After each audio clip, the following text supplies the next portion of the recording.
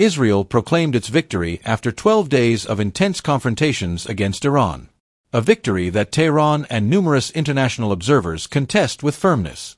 But once the smoke of the battle dissipated, it is not Israel that really consolidates its strategic positions, but indeed Iran that reinforces its regional influence. And this consolidation does not happen in solitary.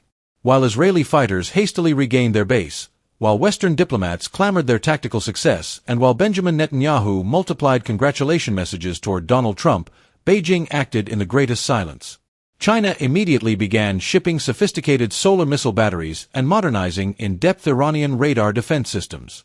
The ceasefire currently in force between Israel and Iran increasingly serves as diplomatic cover for geopolitical maneuvers with much deeper and more durable objectives.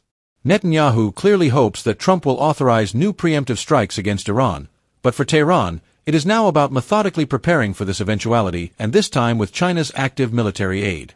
It is no longer only about ballistic missiles or nuclear reactors. It is the strategic architecture of the entire Middle East that transforms under our eyes. It involves new commercial routes, crucial energy corridors, and the emergence of a new geopolitical axis frontally opposed to the one traditionally resting on Tel Aviv and Washington. This new axis now articulates around Tehran and Beijing, toward what therefore heads the Middle East in the coming months. A new large-scale armed conflict or a silent but determining geopolitical recomposition. The 12 days of fierce military exchanges between Iran and Israel certainly ended with a ceasefire still in place today.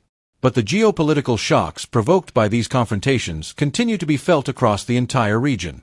Israel effectively claimed a significant tactical success after striking several nuclear sites and key military installations on Iranian territory.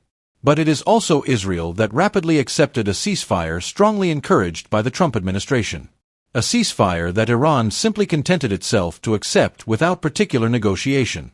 Difficult to speak of Israeli victory under these political conditions.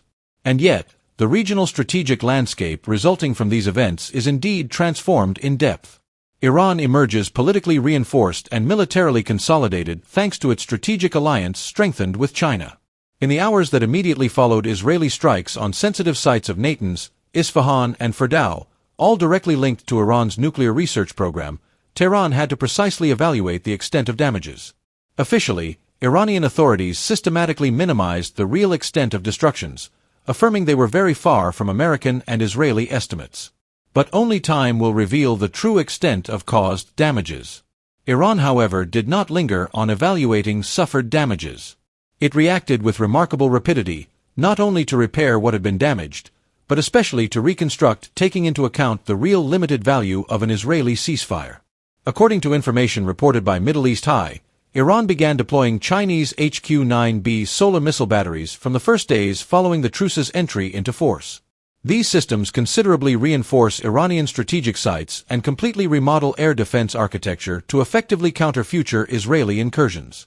The specialized media The Cradle also reports that these Chinese systems represent a major technological advance compared to old Russian S-300 systems and Bavar 373 missiles produced locally in Iran.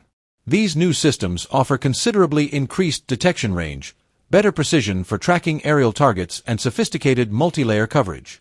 This defensive reinforcement has absolutely nothing cosmetic or symbolic.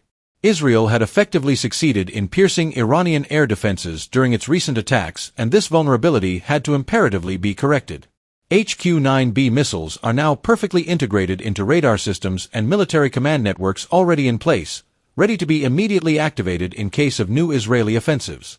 Their strategic deployment translates a clear tactical awareness. There existed a critical vulnerability in Iranian defenses, and Iran knew how to respond with remarkable efficiency. An absolutely striking contrast with Israel that now faces a growing shortage of extremely costly interceptor missiles supplied exclusively by the United States. These interceptors are now in critical shortage at global scale. Why would China take the considerable risk of involving itself so openly in such a geopolitically unstable region by militarily supporting Iran, partly undoubtedly through shared antagonism toward traditional American and Western hegemony? But Chinese motivations do not stop at this geopolitical dimension. According to Defense Security Asia, HQ-9B batteries delivered immediately after ceasefire constitute only one element of a much vaster armament agreement lengthily negotiated between Beijing and Tehran. This agreement could even eventually include the sale of multi-role JC fighter aircraft to the Iranian Air Force. But China's strategic interests are absolutely not only military in this alliance. Iran provides China with oil at considerably reduced prices, offers it crucial strategic depth and privileged access to terrestrial commercial corridors absolutely essential for Chinese economy.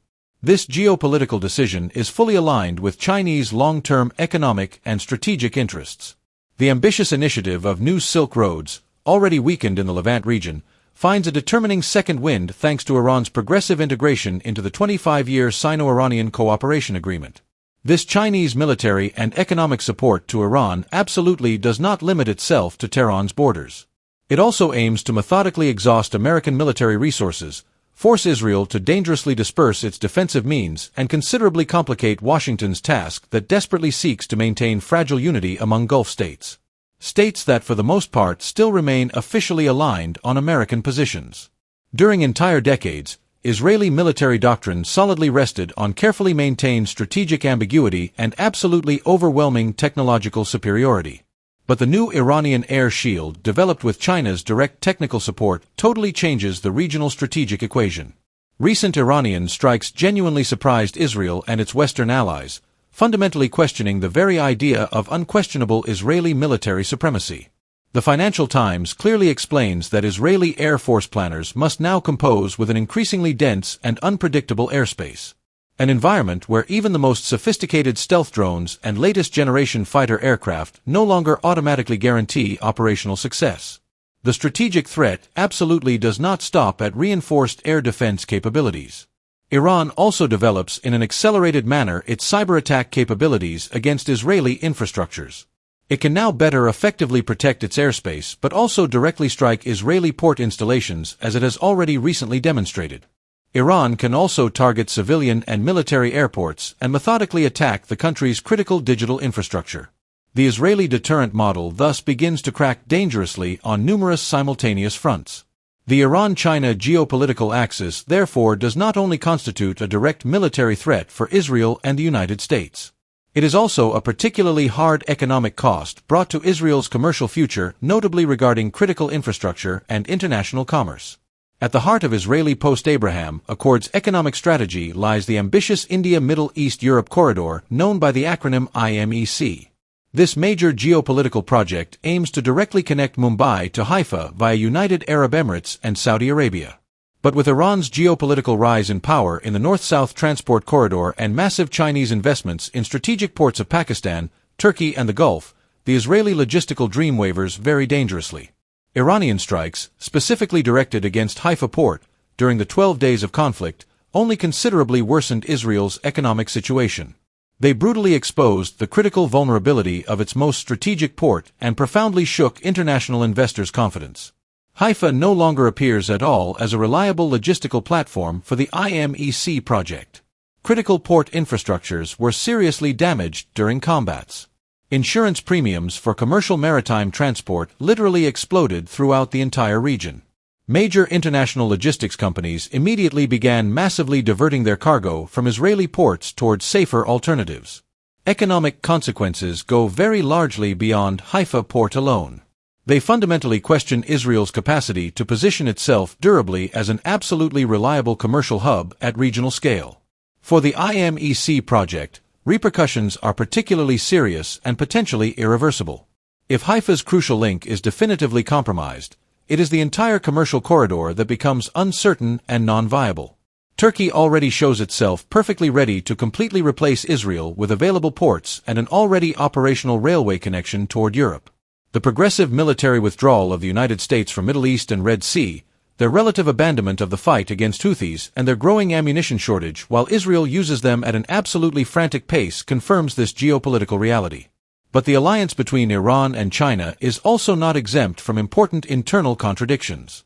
Iranian theocracy and Chinese technocracy actually have very little in common except their fundamental opposition to traditional Western order. Beijing remains particularly prudent in this alliance.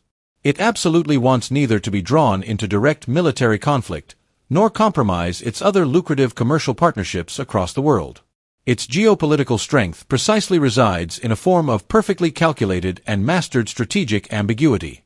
For China, everything is essentially a matter of economic pragmatism, commercial agreements, and mutual interests. In this sense, Trump should perfectly understand this approach. It is, after all, the fundamental art of the deal. China obtains Iranian oil at advantageous prices, and Iran receives on its side all military equipment it crucially needs at the precise moment when it needs it most. The 12-day war between Israel and Iran may be temporarily finished for now, but these major geopolitical consequences have definitively redefined all red lines across the entire Middle East. A new geopolitical face of Middle East emerges under our eyes, far from media appearances and superficial analyses. These profoundly transforming power relations deserve particular attention as they design the future of this entire crucial region.